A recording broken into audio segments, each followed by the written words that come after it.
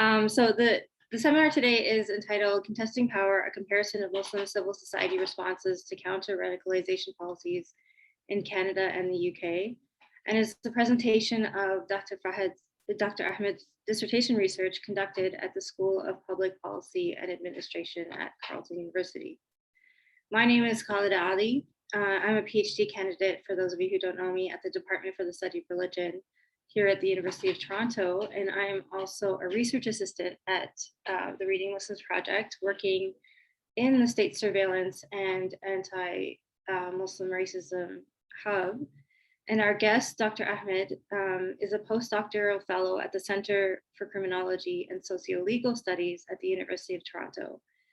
And he is an interdisciplinary scholar interested in national security governance, racialized policing and surveillance, civil society organizations, and the political economy of philanthropy. He is a Pierre Elliott Trudeau Foundation Scholar and a research associate at the Carleton Center for Community Innovation. So welcome, Dr. Ahmed. And thank you for being here today, all of you. For all of the attendees, we appreciate your attendance here today at what will be a great discussion, I'm sure. To give a bit of an introduction to Reading Muslims, our hub, for those of you new to us, the Reading Muslims and our hub, Reading Muslims is an interdisciplinary project of the Institute of Islamic Studies at U of T.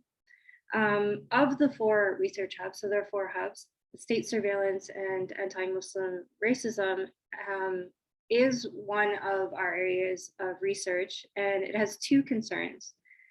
First of all, the ways in which state officials, bureaucracies, and law courts have used and abused Muslim texts to monitor and marginalize Muslim populations. And the second is the invocation of Muslim texts among Islamophobic groups who champion the incompatibility of Islam with liberal democratic values. So Dr. Ahmed's research that he'll be presenting today fits into the first area of research that we cover in this hub. However, I'm sure that his research traverses both areas because Islamophobia is a wider problem than just state bureaucracies, state institutions, state bureaucracies. So to give an introduction to Dr. Ahmed's talk today, it'll be about his research, as I said, his PhD research, which investigates state institutions' counter-radicalization policies that seek to prevent occurrences of homegrown terrorism by, of course, mainly Muslim actors, through pre-criminal interventions which rely on community relations of power with Muslim organizations who play the role of interlocutors between security institutions and Muslim communities. His research looks at the little understood ways in which these civil society organizations adapt to, react, respond, and contest state policies and interventions.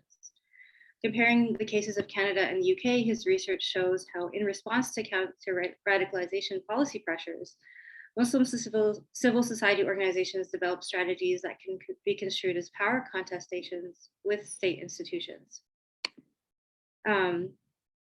So therefore, Muslim civil society organizations, in fact, use their agentic power to engage in contestations towards emancipatory goals.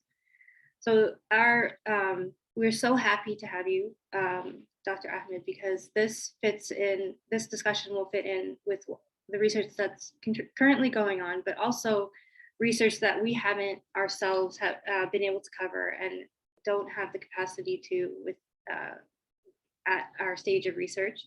But you'll lead us forward into thinking about the relationship between these civil society organizations and their response or their actions in these relations of power and how they contest these policies and procedures of the government.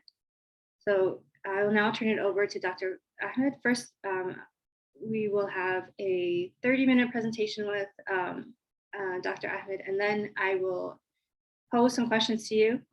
Then we will move on and open it up to further questions. So I ask you to please save your questions, hopefully until the end of the presentation, so that we can get to them in order as they come up in the discussion period. And we have Yasmin and myself will be monitoring the chat and primarily try to use the chat if you can to keep it organized. But if you do want to raise your hand during the discussion period, that's totally fine. So Dr. Ahmed, thank you for being here, and I'll turn it over to you. Thank you very much, Khalida, for the warm welcome.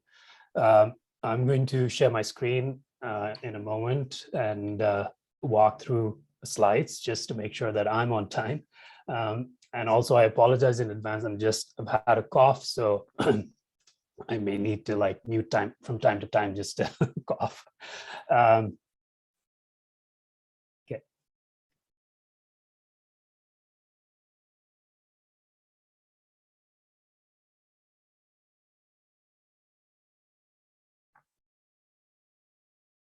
Is the presentation visible? Okay, great. Well, first of all, I'd just like to thank you, Khalida, as I said earlier, Anwar, and the Institute of Islamic Studies for the opportunity to share my dissertation research, which is titled Contesting Power, Comparison of Muslim Civil Society Responses to Counter-radicalization Policies in Canada and the UK. I'll start by providing background for this research, followed by the key findings, which essentially compare how counter-radicalization policies have evolved in Canada and the UK, and how these policies render relations of power between state institutions and Muslim organizations. I'll end with a brief discussion of the significance of this research. So just in terms of background, I'd like to begin with a quick overview of the concept of radicalization as it has been mobilized in the context of the war on terror, especially after the violent attacks in the transit systems in London and Madrid in the mid-2000s. Influenced by Orientalist ideas about the dangerousness and the exceptionalist nature of Muslim violence that was popularized in the post-Cold War era, radicalization came to be narrowly understood as a psychological or a theological process by which Muslims move towards extremist views, in the words of Arun Kundnani. We have to note here that the container of what constitutes extremist views is highly elastic and subjective. However, this has led to the identification and targeting of a collapsed, quote, Muslim community in what Nadia Ali calls the site of radicalization in need of government reform. So according to academic and policy documents, some of which I've highlighted on this slide, we see the centrality of ideology and theology in the way radicalization is conceived. This brings us to counter-radicalization, which is underpinned by the preceding understanding of radicalization.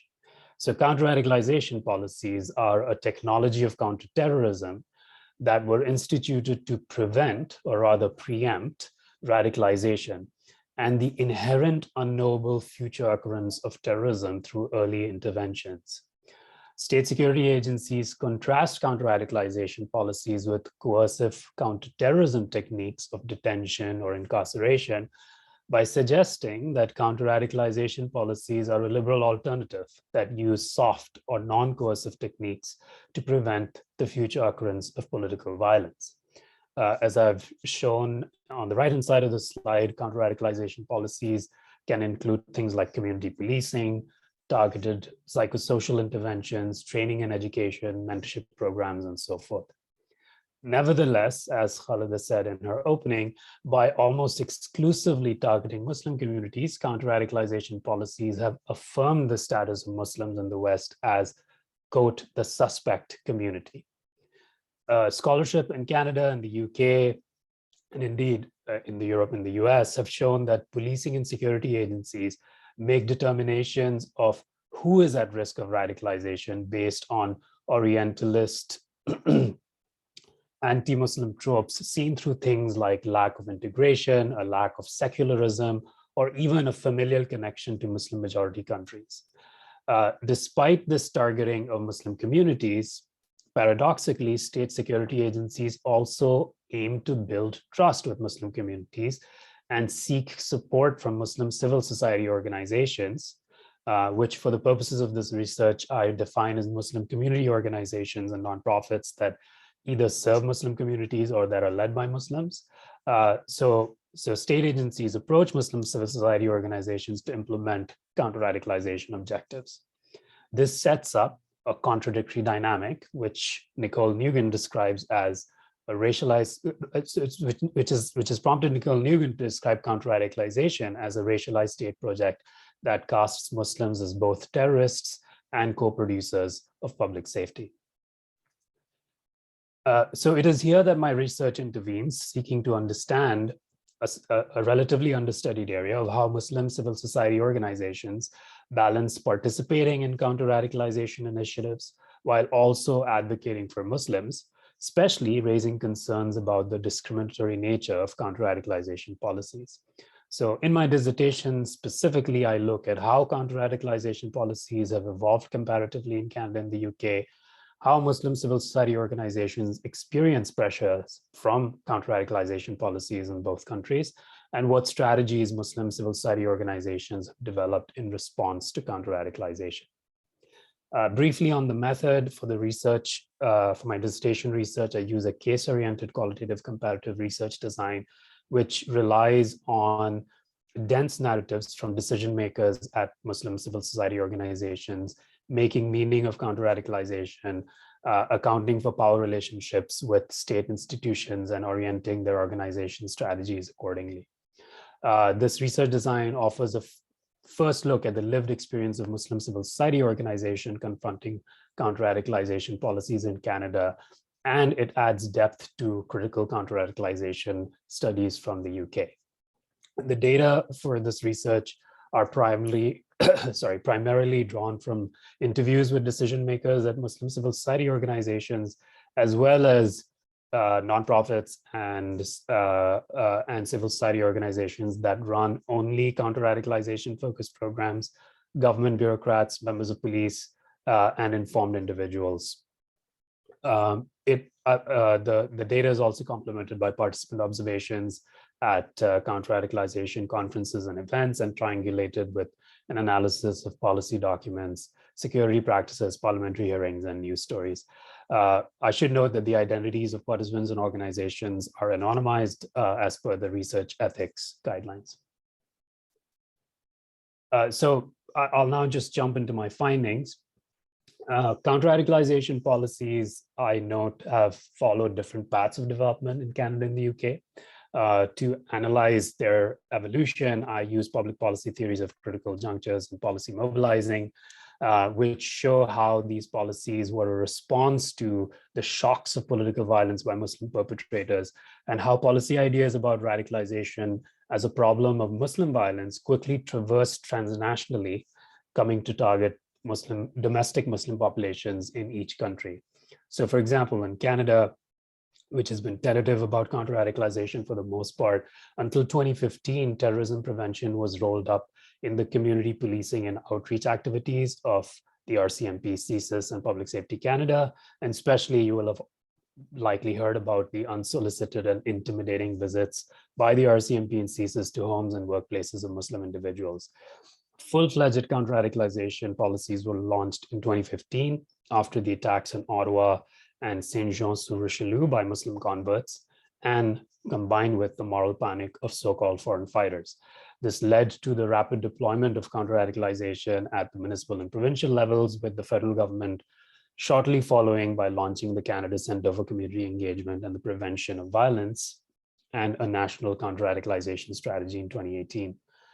In the UK, which has been much more confident and has in fact arguably innovated in terms of counter-radicalization, the counter-radicalization strategy PREVENT was launched publicly in 2006 after the London transit attacks by Muslim perpetrators.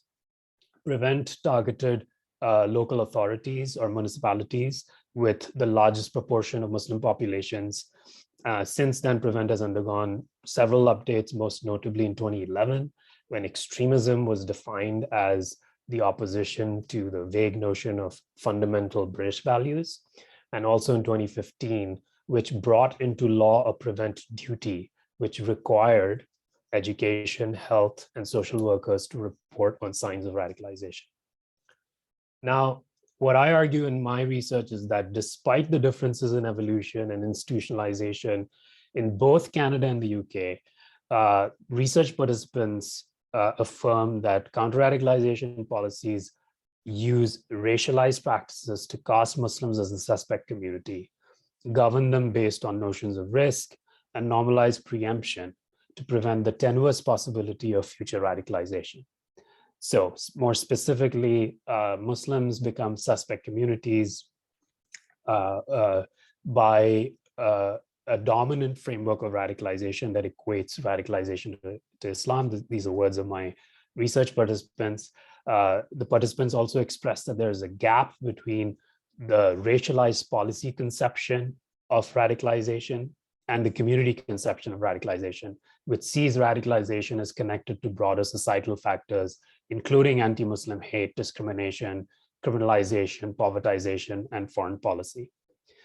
With regards to risk-based governance, participants confirmed that Muslims are seen as inherently risky because of their religious beliefs. So counter-radicalization then aims to define and control acceptable forms of Muslim thought and belief. For example, those that repudiate Sharia, as was raised by one participant. Risk indicators for de-radicalization referrals in the UK and those used by the RCMP for radicalization policing view benign cultural, religious, and political expressions as national security risk. Participants also said that this notion of building resilience, which underpins Canada's counterterrorism strategy, and it's a desired outcome of counter-radicalization, quote, assumes that the problem already exists in the Muslim community. With regards to preemption, counter-radicalization policy is governed based on what Louise Moore calls the, quote, possibilistic risk and racialized imaginaries versus looking at the past and, quote, probabilistic risk trajectories. So participants raised concern that preemption has led to the wide surveillance of Muslims across multiple social sites, fearing the widening of what Sharma and Nijjar call a racialized surveillance assemblage. Participants also raised alarm that the prevent duty, the statutory duty that requires teachers and doctors and so forth to report on signs of radicalization in the UK, targets Muslim children disproportionately. And the notion of safeguarding has come to be co-opted to normalize surveillance in public and social institutions across the United Kingdom. So based on these dynamics, I argue that counter-radicalization policies, and if we think more generally, public policies in general, create relations of power between state institutions and civil society organizations. I propose a conceptual framework which argues that actions by state institutions shape the environment of civil society organizations across 4 dimensions of power. I integrate a theorization of power with an organizational institutionalist framework to explain civil society responses as contestations with state institutions across these dimensions of power. I'm happy to talk about sort of, which theories of power and which theories of organizational institutionalism in the Q&A.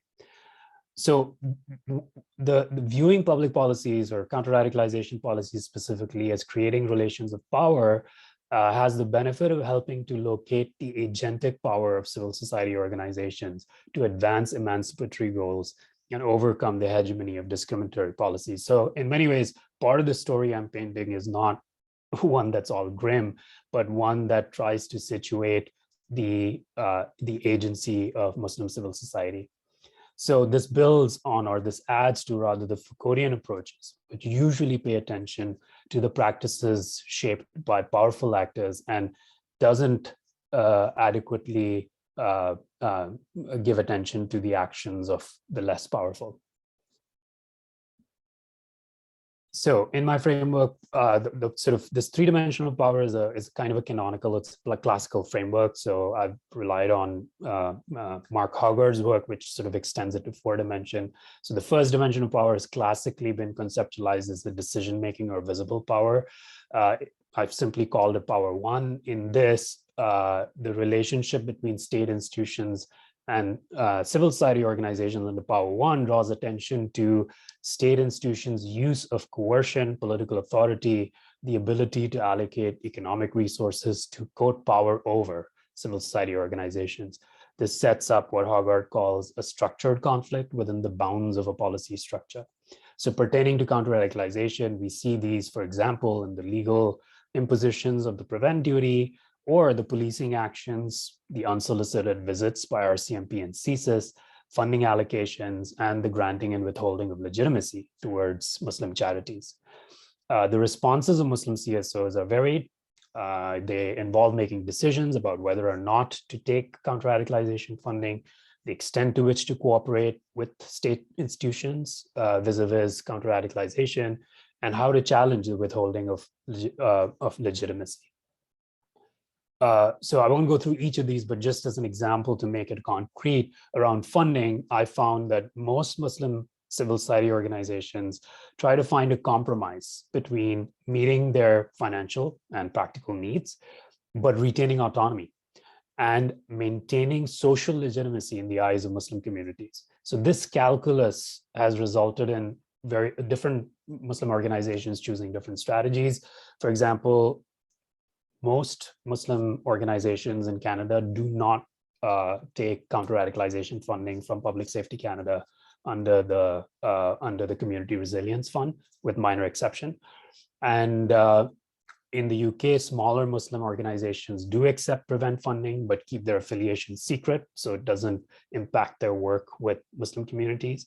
But also in the UK, prominent and vocal Muslim organizations have rejected prevent funding on principle because they find prevent to be fundamentally anti-Muslim and Islamophobic. So we can see similar kinds of thinking or logic or strategies that inform what leads Muslim organizations to cooperate with state security agencies on matters of national security. Now, I should say that that these kinds of so first of all, there is a variation in strategies in Canada and the UK, and part of it, I argue, has to do with the ecology of the kind of Muslim organizations that are present in both countries.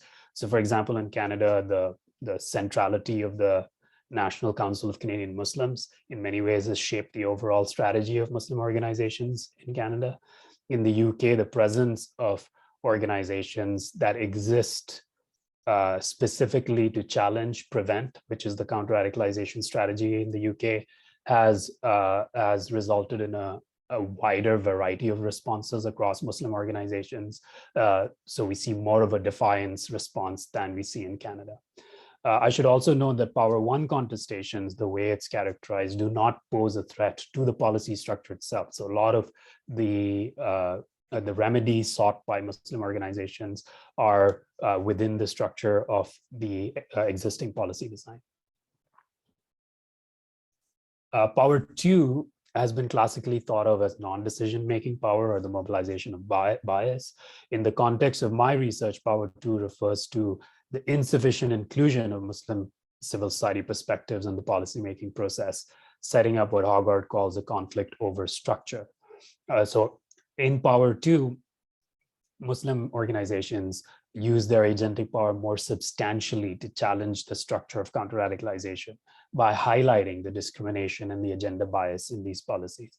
So for example, Muslim organizations are using a strategy of boycott or defiance to express displeasure with government-run consultations, and also engage in advocacy or manipulation to demand changes to counter-radicalization policies. So this is done through legislative advocacy in some cases, but also through campaigns that surface that the radicalization agenda has ignored the safety, the issues of safety facing Muslim communities, for example, white supremacist violence. Again, there's a notable difference in the type of advocacy in UK and Canada. In the UK, the majority of Muslim organizations are calling for a significant overhaul of prevent, whereas in Canada, most Muslim organizations have been demanding a more consistent application of counter-radicalization to different forms of political violence, as seen in the demands of including white supremacist organizations on the terrorism watch list, for example, a position that is backed by the NCCM. I posit that this difference too has to do with the difference in the degree of institutionalization of counter-radicalization in the two countries.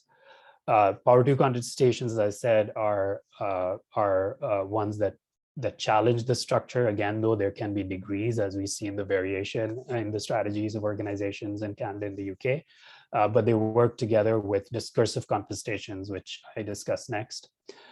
So power 3 refers to the reproduction of relations of domination through tacit social knowledge and discourses. It sets up what Hogarth calls an epistemic conflict.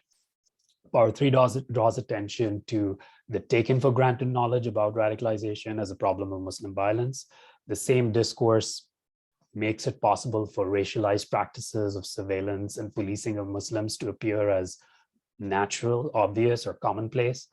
Participants express this discourse as affirmed and proliferated through media coverage. So, for example, the political and media rhetoric around British values has been used to suggest that British Muslims somehow live outside, quote, mainstream British society. So under Power 3, Muslim organizations are demanding more transparency from state institutions about the knowledge basis of counter-radicalization. So participants provide numerous accounts of this. They are also engaging in consciousness raising efforts. So this is done through anti-Islamophobia programming or education efforts to inform the broader public about Islamophobia, as well as advancing alternate discourse, especially as it pertains to media discourse. We also find, as part of this, Muslim organizations using anti-racism, human rights, and civil liberties frames in campaigns against Islamophobic discourses used as part of counter-radicalization, as well as confronting this fundamental British values discourse in the UK. Once again, there are differences in Canada and the UK. Muslim organizations in the UK have been much more vociferous in engaging in discursive contestations with state security institutions. And I argue partly that's because of the way that state security institutions have responded to critiques by Muslim organizations. The Home Office, especially in the UK, has been eager and quick to discredit Muslim organizations when they've been critical of Prevent. Just today, for example, in The Guardian, there's a headline of Preeti Patel, the Home Minister, essentially apologizing to Salman Butt, who's the editor-in-chief of Islam 21C, in a 2015 report that the government issued. Preeti Patel suggested that he was espousing extremist views. And so today the court had her apologize publicly.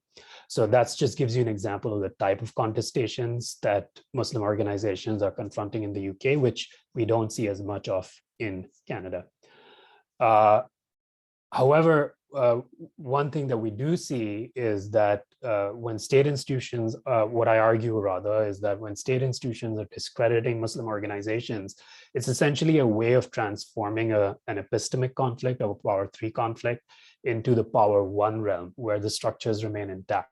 Because government or state institutions are all too eager to talk about reform or changing things that will allow them to operate business as usual, whereas Muslim organizations in the UK want to essentially get rid of Prevent. They're very vocal in saying that Prevent has been, or the framework of thinking about extremism and counter-extremism has been futile and deleterious for Muslims.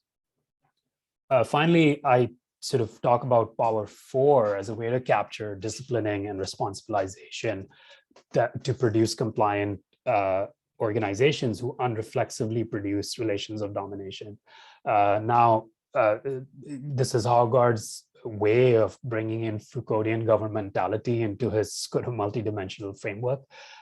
So in the context of my study, we see that deployment of the good Muslim, bad Muslim discourse as evidence of disciplining and responsibilization, where the good Muslim adheres to Western liberal norms and are expected to self-police their communities from turning bad. And Muslim communities are suspects because they're always on the verge of radicalizing or turning bad. So participants remarked that because of these dynamics also, and this is worrisome, Muslims' own experience, lived experience, is overridden by the discourses proliferated by national security policies. So, the examples of this kind of power, Power 4, is manifest in self-censorship, some of my participants shared examples of from mosques, shared examples where they where after viewing what happened to the Ottawa Islamic Center, the mosque Ottawa Islamic Center, whose charitable status was revoked for inviting speakers thought to be spreading hate and intolerance, other mosques have disinvited speakers beforehand in fear of being scrutinized themselves. As well as Islamic schools. In an interview, I learned that an Islamic school was disciplining children for making jokes about ISIS instead of engaging them around it. So this is an illustration of the way in which the dynamics of power for manifest. It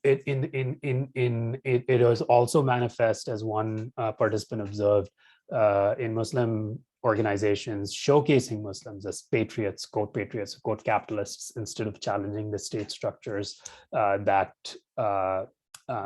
state structures of national security that lead to the racialization and othering of Muslims. What is, however, notable is that Muslim organizations seem to be aware of these dynamics, and with the awareness and realization of these dynamics, they engage in contestations and one of the other dimensions of power that I discussed earlier. So I think I'll sort of wrap up with this final thing about the significance and contribution of my research. So the dynamics of power under these four dimensions of power illustrate the limits and possibilities of advocacy and resistance by civil society organizations. And in a way, this adds to not just thinking about Muslim organizations and Islamophobia, indeed it does, but also to thinking about community empowerment and nonprofit advocacy more broadly. I also, in this work, I also add to the literature on organizational institutionalism, which has been tentative about drawing upon theories of power. But also, I mean, what I've shown is how systemic Islamophobia and racialization operate through counter-radicalization, and how they become relevant for organizations, civil society organizations that serve ethnic and racialized community. It also has relevance for critical criminology more broadly and security governance of, racialized community. And finally, I think this work also raises significant concern with the expansion of national security measures. Indeed, in Canada and the UK, their state security agencies have recently shown an appetite to apply these same kinds of technologies to other forms of political violence that encompass things like environmental movements or activism, indigenous activism, and also right-wing extremism. But what my research argues is that expanding these policies are in fact dangerous, and all they do is they embed the Islamophobia that is already in a core part of these further deeper and make it more difficult to contest. So I think I'll stop there. Thank you for listening, and I welcome your questions and comments. So thank you, Fahad. That's excellent. I have so many questions, as you know, but I will limit myself for now to two. And if there aren't a lot of questions, I will come back. They'll come back around to me, and I will ask you more questions. So just be prepared for that. So the first one, I'll just give you them both, and you can answer them together, so that we move around faster. So the first question I have is about, you said that the CSOs can engage in meaningful contestations, but does that extend to actually affecting policy itself? Because in your dissertation introduction, which I read, you mentioned how they have basically continued on with their problematic practices, but within those problematic practices, have Muslim civil society organizations contestations actually affected policy? Because they are resisting, as you showed, but does it reach the level of institutions? And then the second question I have relates to suspect communities. So one of our concerns in the hub is how texts are used, how Muslim practices are used to create the idea, like what you call the suspect community, how they, so what are the markers of a suspect community? Like what practices, what markers of piety? And then second, like how do they veer into the extremist level? Like what counts as like going from a pious Muslim to an extremist? So yeah, those are the questions for now. Okay, great. Thanks. Those are good questions. Just pulling up some on the quotes that I had for your second question. So for the first question, I think,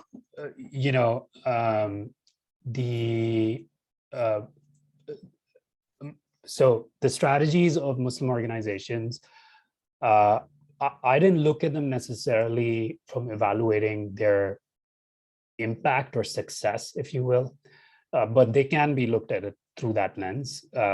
So specifically, for example, the NCCM claims that part of their legislative advocacy and their backroom pressure on members of parliament and government bureaucrats led to, for example, the listing of a number of, well, not a number of, but a handful of white supremacist organizations on the terrorist list in the last couple of years. So the Proud Boys most recently, I think it was early last year, was listed as a terrorist entity.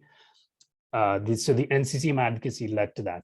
It's quite plausible that that is in fact the case, although that did not necessarily come up in my data, but it's quite plausible that that did in fact lead to that change.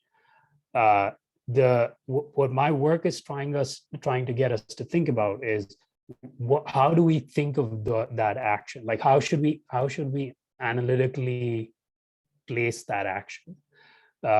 Is it a meaningful change in counter-radicalization, or is it a concession? Is it something that was achieved within the container of the policy structure that would placate Muslim communities and Muslim organizations to some extent? So, I mean, this is kind of what I'm trying to get us to think about, like, how do we actually change the structure itself? How do we think about challenging the structure itself? I would argue that the Power 3 contestations have been less successful. So our contestations of the structure itself, like, that Muslim organizations band together and achieve a meaningful change in the way counter-radicalization is thought about, has been less successful. If we look at it from the lens of impact and success, as your question kind of raised. So for that, a good example is the UK.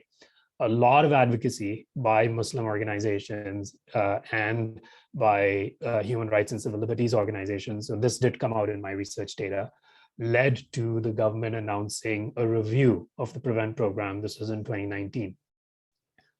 This was seen as a huge opportunity and a huge win by Muslim organizations because it appeared that the government is sincerely interested in hearing testimonies from Muslim organizations, inviting submissions, and open to the possibility of scrapping the program. Like the range of possibilities in their terms of reference was open. But ultimately what happened is that they appointed a sort of, the reviewer, the person who would lead the review, as well, they appointed one individual who was then removed because he had he was previously a reviewer of PREVENT and he already had a bias that was pro-national security.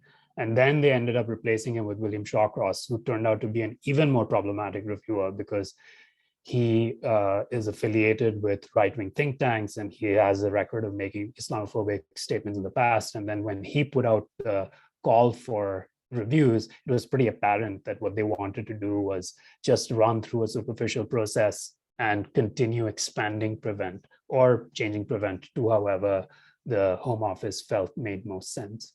So my participants talk about this, like, during the time when the PREVENT review was going on, there's a lot of optimism. And then I followed up with one or two participants, and there was a lot of hopelessness at the time that William Shawcross was appointed as the independent reviewer of Prevent. And in fact, recently, this was after I completed my data collection, a bunch of Muslim organizations have come together, especially Prevent Watch at the head of it, and they are launching an independent review of Prevent that will in fact be able to capture community voices and authentically represent what Muslim communities are thinking about Prevent. So in terms of impact, I would say that in many regards, I think Muslim organizations are very sophisticated. I think they understand the limits of what they're able to achieve. I think they're very strategic. I think they make choices about what they can achieve and what strategy to use to achieve them. What I would argue is an effective strategy of achieving social change is having a range of contestations, a range of organizations that engage in a range of contestations across these multiple dimensions of power. And I think that'll ultimately produce the change that we need to. Obviously, like this is what organizations do. And this is what they will continue doing. And the hope is that this will ultimately produce the kind of structural change that many of us think ought to be achieved. Okay. So that's your answer to your first question. Yeah, awesome. That was a great answer. Thank you. Okay. And then your second question about suspect communities. I'm just going to quickly just share this slide again. Just has a couple of quotes. So like the second quote here, if you're a Muslim woman, if you're a Muslim woman who doesn't speak English or wears a hijab, you're a real walking potential risk of radicalization.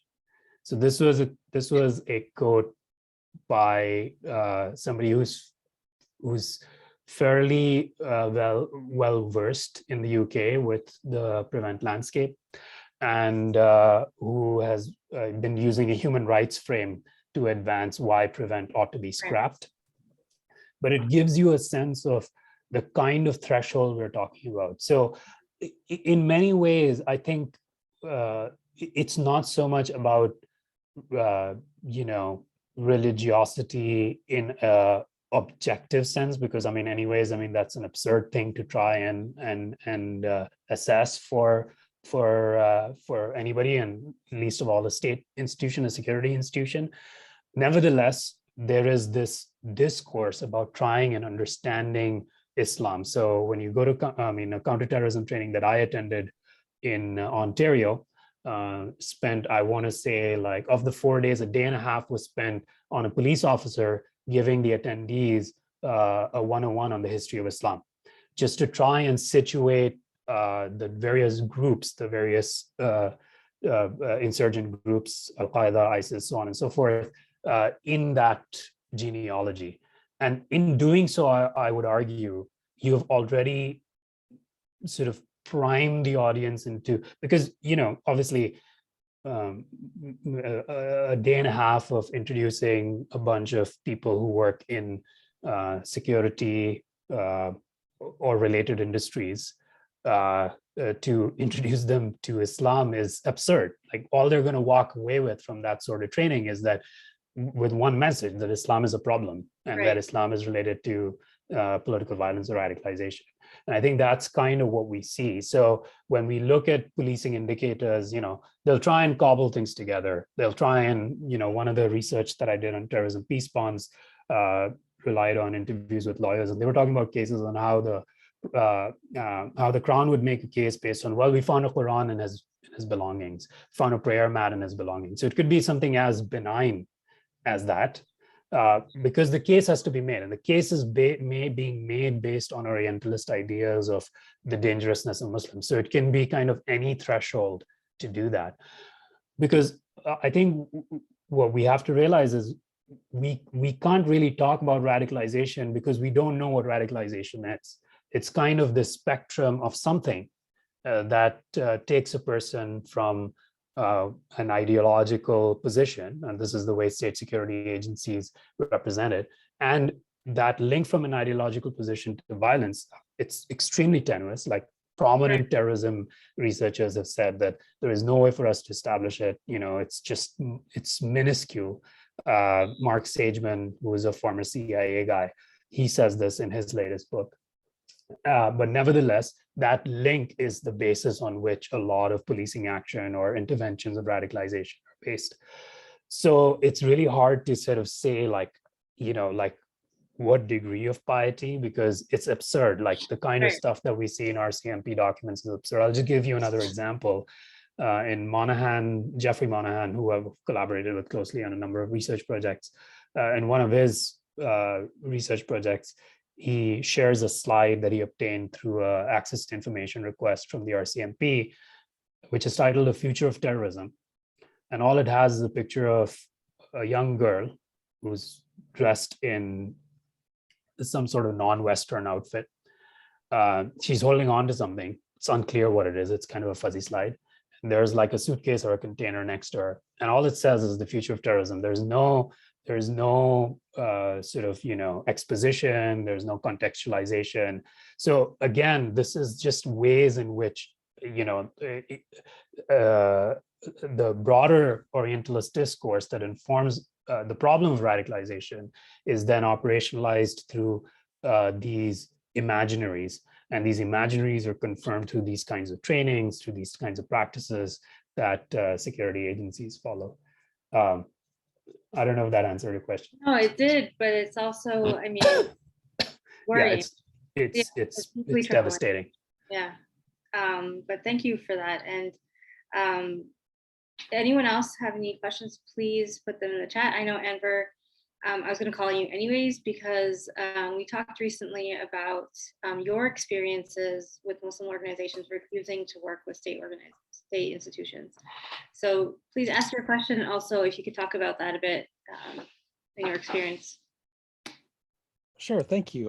Thank you, Khalid, and thank you, Fahad, for being here. I'm really delighted we can have you, and so glad that you're here at U of T in the Center for Criminology, so a very easy and ready resource. So I actually I had a couple of questions for you based on the presentation you gave, and an observation or two that, if I may, and I wanted to get your reactions to them. So, so one is the idea of the strategy used on sort of radicalization to be much more inclusive, right? So it's not just Muslims, it's also white supremacists. And that's a strategy that I've certainly seen here. It's a strategy that was in the media around Alexander Bissonnette when he wasn't, in fact, charged with terrorism. And so these terrorism charges, these radicalization charges, the argument is that we need to apply them more equally across the board, which really is about expanding the coercive power of the state, not restraining it. So I was wondering if you could, if you have reflections on the strategy of either removing the whole radicalization model out, which I'm not sure that's realistic, given where we're at in the way in which it's embedded economically and otherwise. So I wanted to get your thoughts on this strategy of expanding in the egalitarian way, and whether or not you think it's actually been effective, as the Proud Boys are on the terrorist entity list, but with every white supremacist group that's listed, another 2 Muslim ones are always added. So I wanted to ask you about that. The second is I wanted to ask you about the epistemic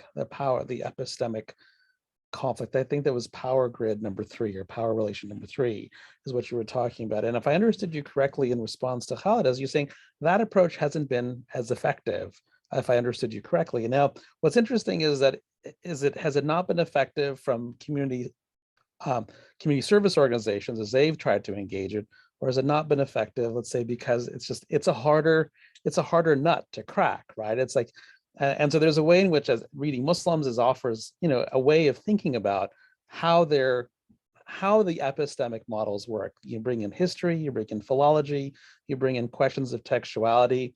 Is it your assessment that it doesn't work, or it hasn't been effective, is one, but is it also because it's such a more challenging conversation to have because of the academic elements associated with it?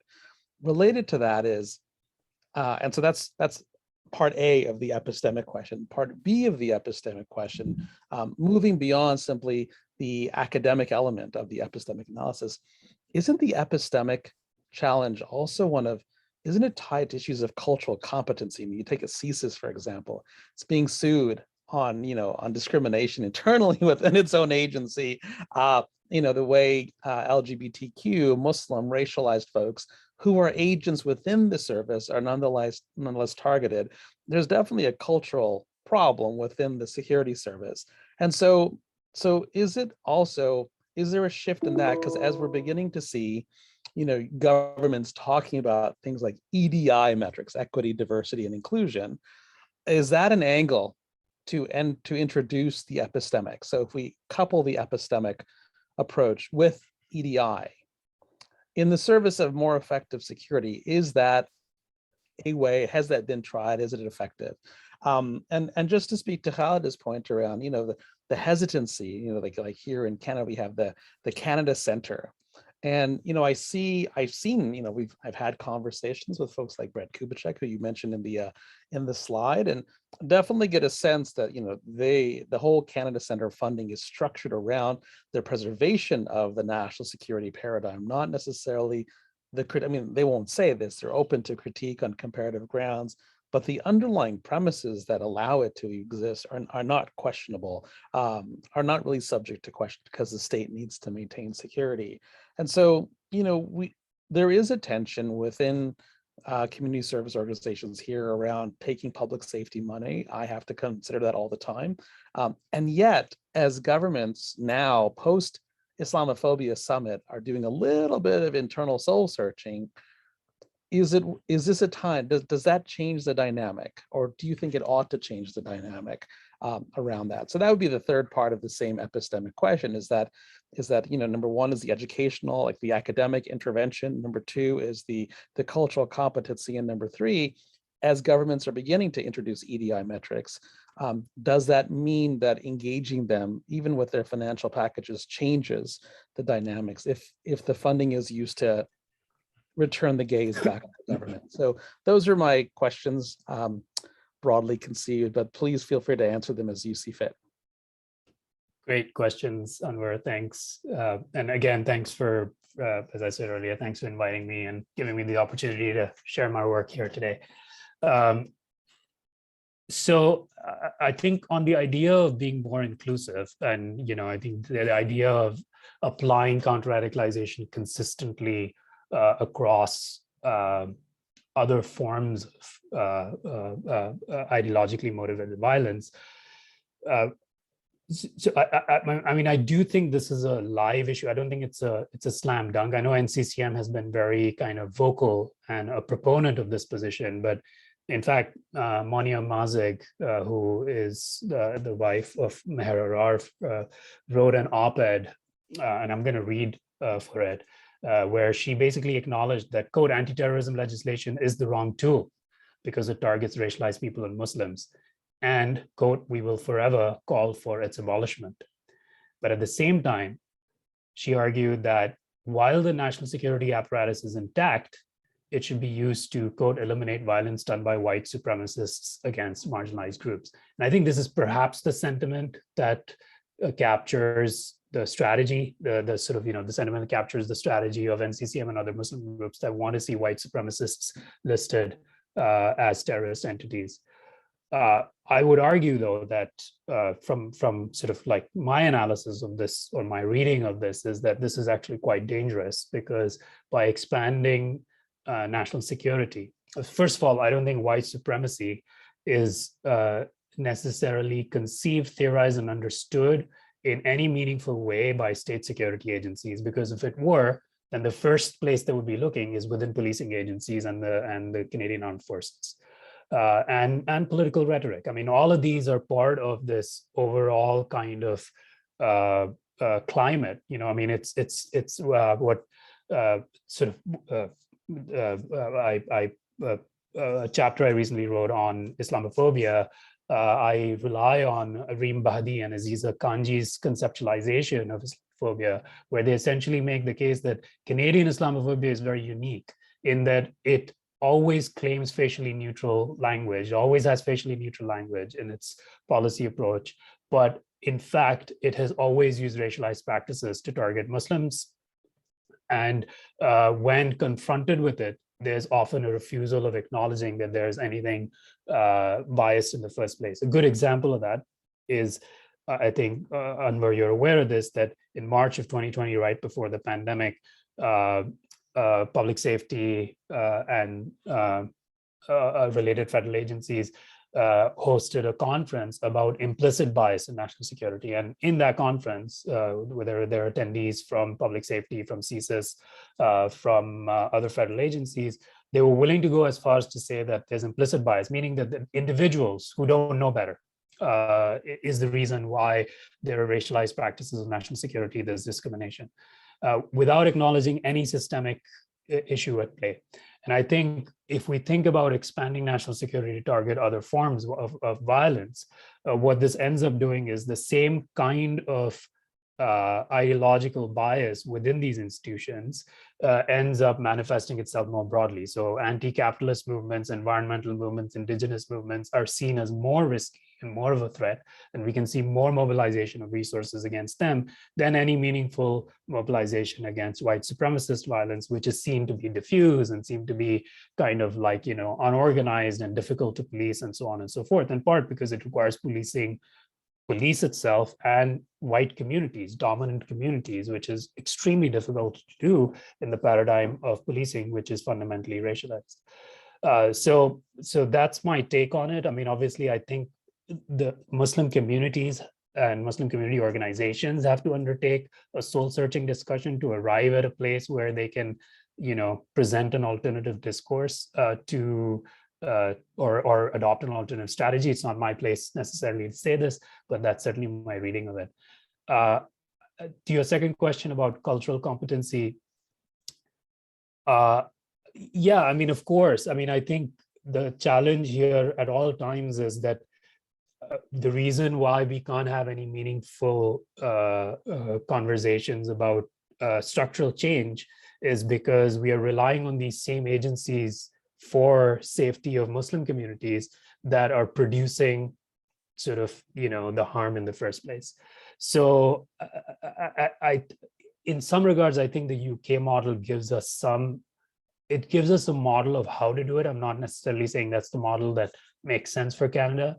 But in the UK, there is a critical mass of Muslim organizations that are very clear in their position that PREVENT has to be dismantled. There's no mincing words about it. There's no kind of like meeting halfway in between. There's no kind of like, oh, we can do this and that and PREVENT becomes better. It's very clear. PREVENT should be dismantled. They're not the majority. They're certainly, but they're a critical mass. And what that does is, it has forced the government to engage in that language.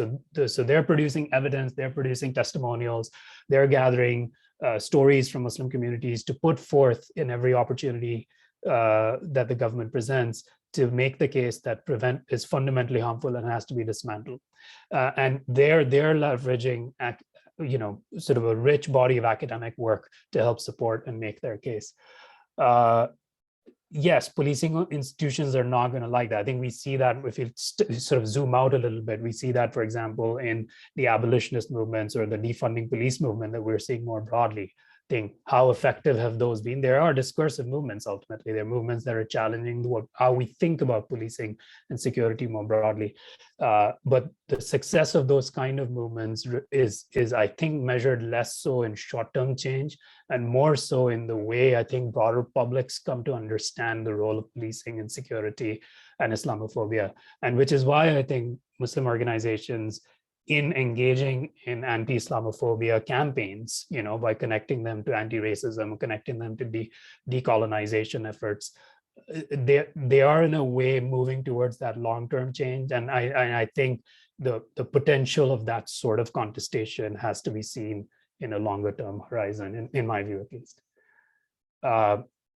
Last question, sort of EDI and sort of this post, you know, London commitment towards Islamophobia.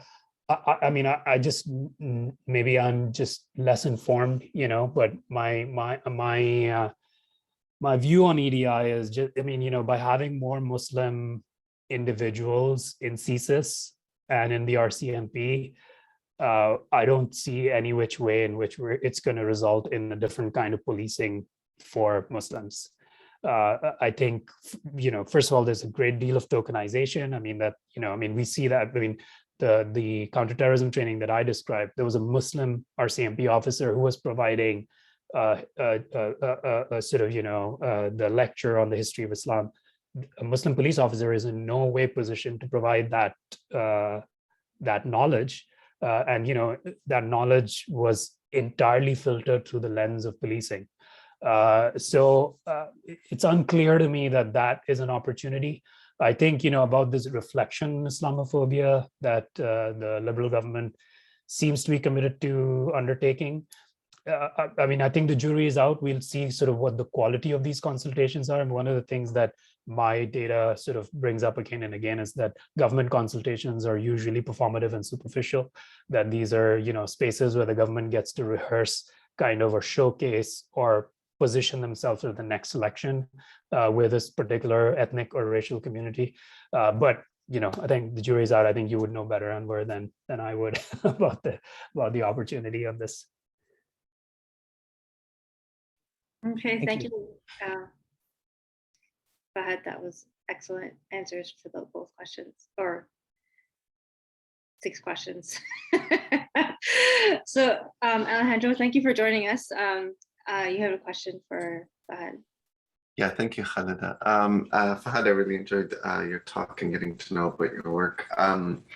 I actually, several of my questions were very parallel to Anwar's, but there was one, and especially I was thankful for your further discussion on this point you made at the end about how using the terrorism framework, for example, against white supremacist violence isn't actually going to do much against white supremacists and probably will end up hurting racialized populations and especially what you call the Muslim suspect community more.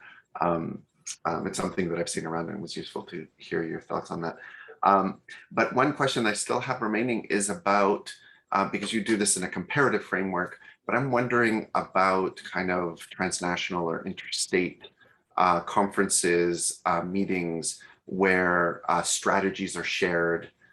If you've looked into that, who are the big actors, and there's a number of think tanks, for example, who profess to be experts and to generate expertise on terrorism, for example, in the Middle East and North Africa, as well as other regions, and they seem to help organize these. So I was wondering if you've looked into that at all and what your thoughts are on those kind of interstate contexts or transnational contexts and their impacts kind of on the ground, for example, for the RCMP or the PREVENT kind of programs. Thanks. Thank you for that question, Alejandro. Yeah, that's actually a great question. And while it's not the primary focus of my research, I mean, the idea of policy mobilizing or policy transfer is central to understanding how ideas about radicalization get sort of, make their way across different national contexts and get deployed very quickly. So, I mean, what I focused on was very narrowly on how these ideas made their way into Canada, because Canada has been somewhat of a late adopter in 2015. So how was it that in 2015, suddenly Canada had all of these policy solutions they were able to mobilize so quickly? And, like provinces, almost overnight, I would argue, provinces and municipalities had some sort of counter-radicalization programming in place when the federal government at the time, the Harper government, was kind of very lukewarm about the very idea of counter-radicalization. And they were vested much more in sort of the quote hard counterterrorism stuff. So Bill C-51 and expanding, policing and counterterrorism laws. So more of a legal, more of a policing approach and detention and incarceration approach. So that's the question that I narrowly focus on. But really what it reveals is that we can kind of trace these specific moments in which the ideas about counter-radicalization make their way into Canada. So like in 2008, the RCMP led a delegation to the UK to study PREVENT. They come back, they produce a report called Radicalization, a Guide for the Perplexed. And in that, we see the first definition of radicalization that has carried till this day. So if that 2009 definition is the same definition of radicalization that is in public safety the counter-radicalization 2018 strategy. So there is longevity to these things. There's kind of this path dependency and these ideas that stick for long periods of time. In the UK, I haven't looked at it specifically, but I've relied on secondary research. But Nazanin Masumi has written a book called What is Islamophobia a few years ago, 2017. And in it, she kind of traces this whole industry of actors. So state actors, yes, but how state actors rely on think tanks and para-state actors. So these are what would traditionally be called civil society organizations. But, I think that's a whole other research question of what do we call civil society in this context of national security. But essentially what she traces is there are think tanks like the Henry Jackson Society, Policy Exchange, and others, which are producing knowledge that the government is then using. So they're funded by the government, or funded by the Home Office.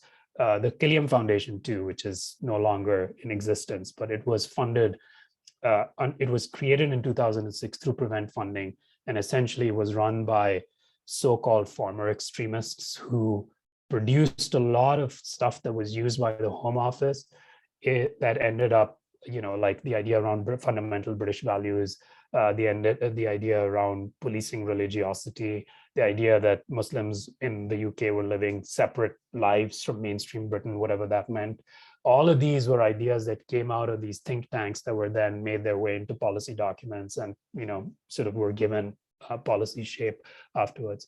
And there's, of course, there's lots of stuff that addresses specifically what you're saying, sort of the supranational fora and conferences on counter-radicalization, where some of these ideas are formed. And I think sort of what most literature says is that Canada is a norm taker. So in many ways, the reason why Canada ends up adopting a lot of these, despite the political reality in this country, which has not seen any major incident of political violence by Muslims, or quite the reverse. Sort of in the last 3 or 4 years, we've seen political violence targeting Muslims. Despite that reality, we see Canada adopting a lot of these frameworks, sort of almost verbatim, in a way, because they're trying to prove their credentials. So Brett Kubitschek, who Anwar mentioned, who is the research director at the Canada Center, recently wrote a book chapter in which he makes very apparent that Canada was standing shoulder to shoulder with its peers in the US and the UK, and it was trying to adopt these different policies, and essentially a kind of showing worthiness that we're worthy to be amongst the big security actors, a member of the Five Eyes community. I hope that answered your question. Yeah, that's great. That's really useful. Thank you. And by the way, I think Spinoza's spinning in his grave by that use of Guide for the Perplexed that you mentioned by the RCMP. Thanks. Are there any other questions before I go around and ask my other question? So if anyone has a comment or question, please put it in the chat if you don't want to say it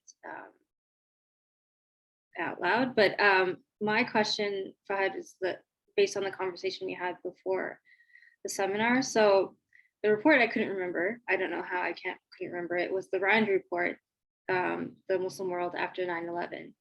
And one of the things that they say is the victimization by Salafis and Wahhabis makes Sufis and traditionalists the natural allies of the West in the struggle with radicals to define the place of Islam in the modern world.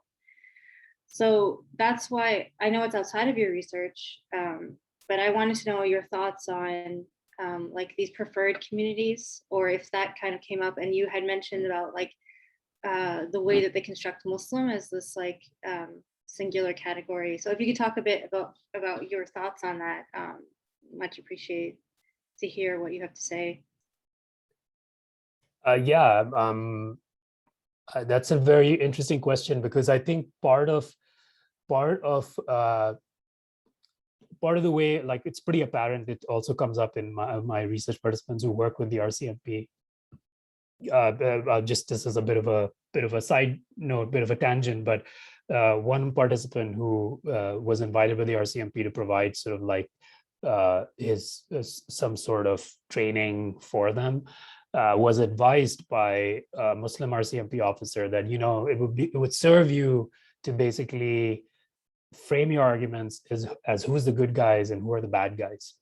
And he shared that with me. And this reflects essentially this Mehmood Mamdani's sort of conceptualization of the good Muslim, bad Muslim, which he did in the context, you know, back in 2004 in the context of counterterrorism and the war or the early war on terror. So that kind of thinking, that kind of like categorizing people into good Muslims, bad Muslims, is the logic that informs a lot of the policing, national security policing practice. So in that, you know, I think there are some efforts to map that onto Muslim denominations. We at least see some indication of that in the, at least my research, I saw some indication of that in the UK. I don't know the US context that well. I mean, I'm somewhat informed, but not as deeply informed of the US context. But in the UK, indeed, the Liberal government, Tony Blair's New Liberals, Tony Blair's New Labour, I meant to say, were very vested in finding denominations that they could fund. So yes, in fact, there was funding that went to newly, just like groups that were not really rooted in Muslim communities, but groups got funding that had just propped up based on this idea that, hey, you know, we fund a certain denomination, that this denomination would end up being the right partner, and they present kind of the good Muslim, they fit the good Muslim label, Western, pro-liberal, you know, pro-government. In fact, in those early days, what is ironic is the Muslim Council of Britain, which is the largest representative organization in the UK, was also in this category. They were working closely with New Labour, they had good relations, they were funded. And then when they started critiquing the UK government for the Iraq war, they were suddenly dropped like hot potatoes. So, I mean, a lot of these relationships, I think to think of them as partnerships or relationships, I think is the problem. We have to think of them as relations of power, with the government is using to basically invite and disinvite whoever they feel that makes sense for the state institutions to advance security objectives. So it's a very kind of relational thing. And we have to understand that set of relationships. That's kind of what I'm arguing in my research, that we shouldn't be calling them partnerships. We shouldn't be calling them outreach, because these are neutral words, depoliticized words that don't really capture what is happening, what is going on when Muslim organizations are invited to partner. So money, for example, like funding, it's an interesting thing, right? So Muslim organizations, I argue, are asserting their power in the sort of, you know, the first dimension of power when they're rejecting funding, because this is an opportunity for them to essentially gain material benefits. But by rejecting it, they're essentially rejecting a kind of control. And they're saying that we prefer legitimacy in the eyes of the communities we serve rather than, you know, sort of a financial windfall. It's a very tough decision to make for somebody running an organization, because, you know, we're also living in this time of austerity where funding is challenging, and state security institutions are very cognizant of this fact. So when they're offering it, what they're offering is a means or an avenue of controlling these organizations. Now, these the degree of control, obviously, it's very fluid, like can be kind of like informal, where, you know, like UK participants informed me that funders would show up to small Muslim organizations, the events by smaller Muslim organizations, just casually ask them, hey, who all attended this event? Like, do you know what's going on? Do you know such and such is attending this event? So that's basically surveillance, right? In kind of a, you know, in kind of a casual way. So on the, you know, on the other hand, you know, money is also a way to essentially withdraw support. So again, going to the UK example, in 2007, in the first round of funding, there was a Salafi organization called Street in Brighton that was funded, in Brixton, sorry, that was funded. And it was a shining example of basically this mosque working amongst Black youth that was helping them, keep them off of participating in gangs. They were obviously a religious organization. They had a Salafi model. And in 2011, when the coalition government or the conservatives came into power, Tories came into power, they essentially pulled funding for that organization. And that was a way for the government to indicate that, hey, we no longer consider or view you as legitimate. And again, a lot of this comes down to sort of moves of power. So I think for us to then examine Muslim organization responses as responses to those moves of power or as moves of power themselves becomes a valuable way for us to start thinking about this relationship between state institutions and community organizations in the context of national security. Excuse me. Thank you, Fahad. That's excellent. Again, excellent answer too. And one more question before we stop and we give your voice a rest. But I appreciate your answers to all of our complicated questions. So after Iman has a comment question. So he asked, or she, sorry, they ask, are you keeping track of what is happening in India with Hindutva extremists supported by the ruling BJP, RSS, causing atrocities on Muslim minorities in India, including Christian minorities in India? Well, that's a good question, but really not the subject of my research. I mean, my research is focused on the global north and kind of like how these sort of liberal policies of counterterrorism are expanding and finding their ways in the global north. I think it is kind of interesting, though, that the same kind of models are exported. We see a number of these models replicating themselves all across the global south. India, I would say, though, has the little that I know. I don't know much about it other than from lived experience. I grew up in India. There is a sort of a longer kind of history of targeting Muslims through state practices, through state violence, that sort of is rooted in a colonial past. So it's got a very specific trajectory of evolution.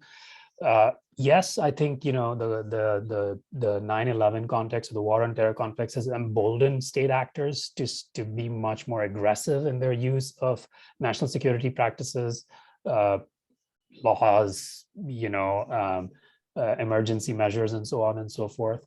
And that in turn creates kind of this environment that emboldens vigilante violence, which I think is what you're referring to, the extremists supported by the ruling party, and that results in sort of violence that targets, yes, Muslim minorities, other religious minorities, and also caste oppressed minorities in that country. But I won't say much more than that because that's outside the scope of my research. But it's definitely a good research question. All right, well, thank you so much, Dr. Ahmed. This was like an excellent seminar. I'm so thrilled that you're working here at U of T and that we connected through this seminar. And thank you all for participating and your great questions. For any of you who are not familiar with Reading Muslims, please visit readingmuslims.ca for more information. But I hope to see you, Dr. Ahmed, more in the Reading Muslims Project, and then all of you see you again soon. All right, take care, everyone. Thank you so much, Khalid, and thank you again for this opportunity. No problem. Thank you all for attending.